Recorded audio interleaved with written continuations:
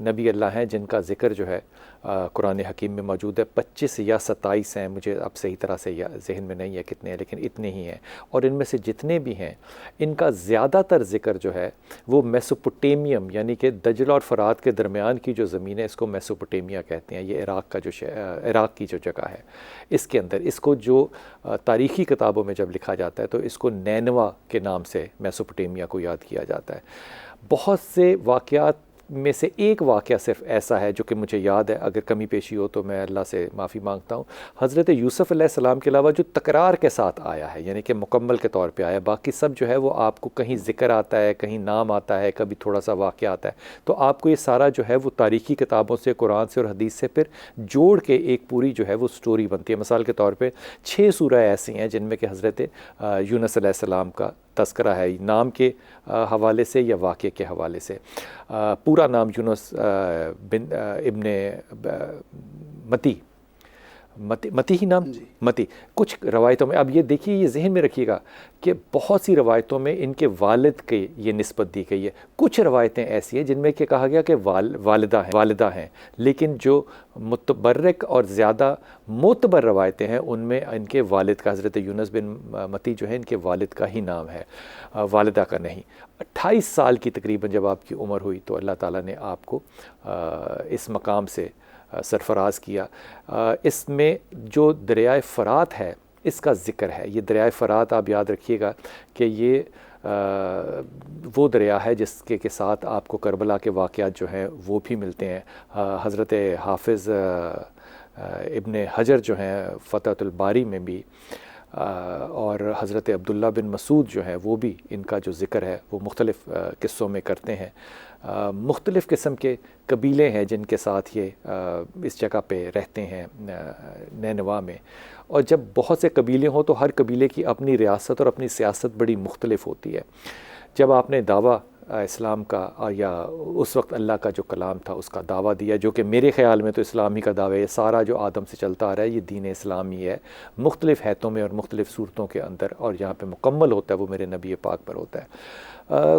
لوگوں نے ظاہر ہے تکلیفیں دیں، اب ہر شخص جو ہے وہ پتھر کھا کے دعا تو نہیں دیتا نا، اشارہ تو آپ سمجھ گئے ہوں گے، لیکن یہ جو حضرت یونس علیہ السلام تھے انہوں نے اپنی قوم کو جب بہت زیادہ سمجھایا اور وہ نہیں مانے آپ کی بات کو، وہ ہر طرح کے کاروبار میں، جھوٹ میں، ہر طرح کی برائی میں، غیبت میں شامل تھے۔ اللہ تعالیٰ کو عذاب دینا چاہیے تھا، اللہ تعالیٰ عذاب دیتا بھی ہے اخلاقی برائیوں پہ، لیکن اس میں باریکی دیکھیے کہ حضرت یونس علیہ السلام جو ہیں ان کا جب حکم نہیں مانا تو آپ نے ان کو بد دعا دی، اور بد دعا دے کے وہ جو شہر کی حدود شہر تھے نا، آپ وہاں سے باہر نکل آئے۔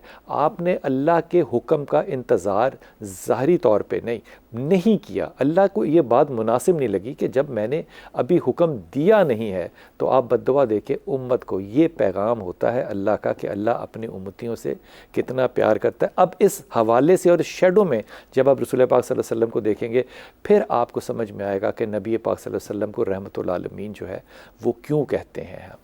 آپ آ گئے شہر سے باہر، جب شہر سے باہر آئے تو رات کے وقت میں آپ نے فرات کے اندر ایک کشتی بھی لی اور آپ شہر چھوڑ کے جانا چاہتے تھے، اور وہاں اس میں سوار ہو گئے۔ اب فرات میں طوفان آیا، جب طوفان آیا تو لوگوں نے اپنے سامان جو ہیں وہ پھینکنے شروع کر دیے، کشتی کو ہلکا کریں۔ یہ روایتوں میں ایسا لکھا ہے، پھینکنے سے، حالانکہ کشتی ہلکا کرنے سے طوفان میں سے بچتی نہیں ہے، لیکن ایک وقت ایسا آیا کہ سامان کے بعد لوگوں نے کہا کہ اب لوگوں کو بھی کچھ اپنی جان جو ہے وہ قربان کرنی پڑے گی۔ آپ نے اپنی جان کو آفر کیا، وہ آفر جو تھا وہ اس جملے پہ کیا کہ میں غلام کی حیثیت سے میں نے اپنے آقا کا حکم نہیں مانا، اس لیے مجھے پھینک دیں آپ۔ تو ایک دفعہ قرہ اندازی ہوئی کہ کس کو پھینکا جائے گا۔ ایک دفعہ حضرت یونس علیہ السلام کا نام آیا، دوسری دفعہ قرہ اندازی ہوئی، دوسری دفعہ حضرت یونس علیہ السلام کا نام آیا، پھر تیسری دفعہ جو ہے وہ نام آیا، اور پھر آپ کو پانی کے حوالے کیا گیا، اور پھر مچھلی کو حکم ہوا کہ مچھلی نے ان کو نگلا، اور نگلنے کے بعد اس کو اپنے پیٹ میں رکھا، اس کو کھانے کا حکم نہیں ہوا۔ اب میں یہ جملے کہہ رہا ہوں نا تیزی سے اور گزر رہا ہوں، ایک ایک جملے کے اوپر پوری تفسیر ہو سکتی ہے کہ جب تک مچھلی کے پیٹ میں غذا کو اللہ حکم نہ دے، کسی بھی پیٹ میں غذا کو اللہ حکم نہ دے تو وہ پیٹ اس کو ہضم نہیں کر سکتا۔ یہ وہاں پہ، اب وہاں پہ مختلف روایتوں میں مختلف وقت آپ نے کاٹا، لیکن ایک دعا اللہ کہ اس نبی کے لیے بڑی پسند آئی. اللہ کے نبی نے کہا کہ اللہ جس جگہ میں عبادت کر رہا ہوں اس جگہ اور کبھی کسی نے عبادت نہیں کی. اب اللہ نے یہاں پہ جو وحی بھیجی وہ کیا تھی؟ لا الہ الا انت سبحانک انی کنت من الظالمین. یہ جو آیت کریمہ ہے یہ اس مصیبت سے چھٹنے کی دعا تھی. مچھلی نے اگلا جب ساحل پہ، ساحل سمندر لکھا ہوتا ہے لیکن فرات جو ہے یہ سمندر نہیں ہے، یہ ایک دریا ہے جو پہلے بہت بڑا تھا، کیونکہ یہ حضرت موسیٰ کی بھی جب تفاسیر پڑھیں تو یہ انہی دریاؤں میں سے گزرتے تھے، اسی علاقے کے دریاؤں میں سے گزرتے تھے. اب بھی یہ دریا وہاں موجود ہے. اور وہاں پہ اللہ کی رحمت سے ایک وہاں پہ درخت کو اگایا گیا. پھر اللہ غذا کا بھی انتظام کرتا ہے. پھر اس کے اوپر ایک بیل چڑھائی گئی. پھر اس بیل میں سے ایک قطرہ پانی کا نکلتا تھا جو آپ کھاتے تھے، جسم پہ لگتا تھا، پھل استعمال کرتے تھے، اس کا سایہ استعمال کرتے تھے. آپ کی جلد جو تھی وہ روایتوں میں ایسے لکھا ہے بالکل ایسی ہو گئی تھی جس طرح کہ بچہ ماں کے پیٹ سے جب نکلتا ہے تو اس کی جلد ہوئی ہوتی ہے، اس طرح کی جلد کی نازکی ہوئی تھی. پھر اللہ تعالیٰ نے بہرحال صحت دی.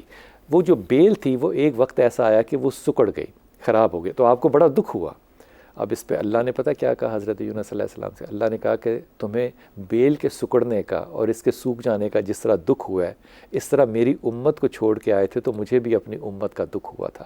اب یہاں پہ احساس دیکھیے کہ اللہ تعالیٰ کتنا رحمان اور رحیم ہے.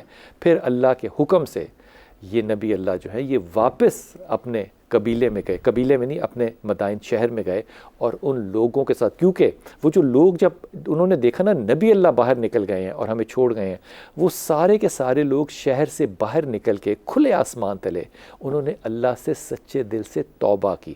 اللہ نے ان کا وقت جو تھا مشکل کا وہ کاٹ دیا، ان پہ سے جو عذاب تھا وہ ٹال دیا، لیکن نبی کو اس بات کا علم نہیں ہوا. اسی لیے اگر نبی نے انشاءاللہ نہیں کہا تھا تو اللہ نے کچھ عرصے کے لیے وہی جو تھی وہ روک لی تھی. اللہ تعالیٰ کے ہاں جھکنا جو ہے کوئی بھی ہو اس کا بڑا ضروری ہے کہ اللہ کا حکم ہوگا تو آگے بڑھیں گے، اللہ کا حکم نہیں ہوگا. اس میں جو چوں اور چراں ہے، یہ میں طنزاً کہہ رہا ہوں بات، یہ جو چوں اور چراں ہے اس سے کمپلیٹلی آپ نے بائیکاٹ کرنا ہے. اللہ کا حکم آ گیا، ختم بات. اور اس کے باوجود کہ حکم آ جائے آپ کو الحمدللہ اور انشاءاللہ جیسے پاکیزہ الفاظوں کا استعمال اس لیے کرنا ہے تاکہ آپ کے دل کے اندر کسی صورت میں بھی تکبر پیدا نہ ہو. لفظ متاع ہے کیونکہ اس کے اوپر کھڑی زبر ہے. جی حضور ایک دس یہ جب ذکر کرتے ہیں ہم نبی اللہ کا، اس میں جو سبق سیکھنا ہوتا ہے جی وہ کیوں سیکھنا ہوتا ہے، کیا وجہ ہے؟ انبیاء کرام علیہم السلام کا تذکرہ اللہ رب العزت جب اپنے قرآن حکیم میں فرماتا ہے تو اس کا بنیادی مقصد ہوتا ہے قیامت تک آنے والے بندوں کے لیے کہ بندے اس سے کچھ نہ کچھ اپنے لیے پیغام حاصل کریں. تو حضرت سیدنا یونس علیہ السلام کا تذکرہ بڑے خوبصورت انداز میں 23ویں پارے میں ہے. وَإِنَّ يُونُسَ لَمِنَ الْمُرْسَلِينَ. جو حضرت یونس علیہ السلام ہے یہ اللہ تعالیٰ کے رسولوں میں سے ہے. اور یہاں پہ ایک بڑی خوبصورت بات اپنے ناظرین کو بتانا چاہوں گا. حضرت یونس علیہ السلام نے جب دعا کی تو یہاں پہ بزرگان دین اہل علم نے لکھا ہے کہ نبی کے لیے بد دعا کا لفظ استعمال نہیں کر سکتے، دعائے نقصان کی. اللہ تعالیٰ نے فرمایا کہ یونس علیہ السلام کو پیغام دیا کہ ان پہ عذاب آ جائے گا. قوم نکلی میدان میں جس طرح آپ نے فرمایا سچی توبہ کی، اب عذاب کا وعدہ ہو چکا تھا.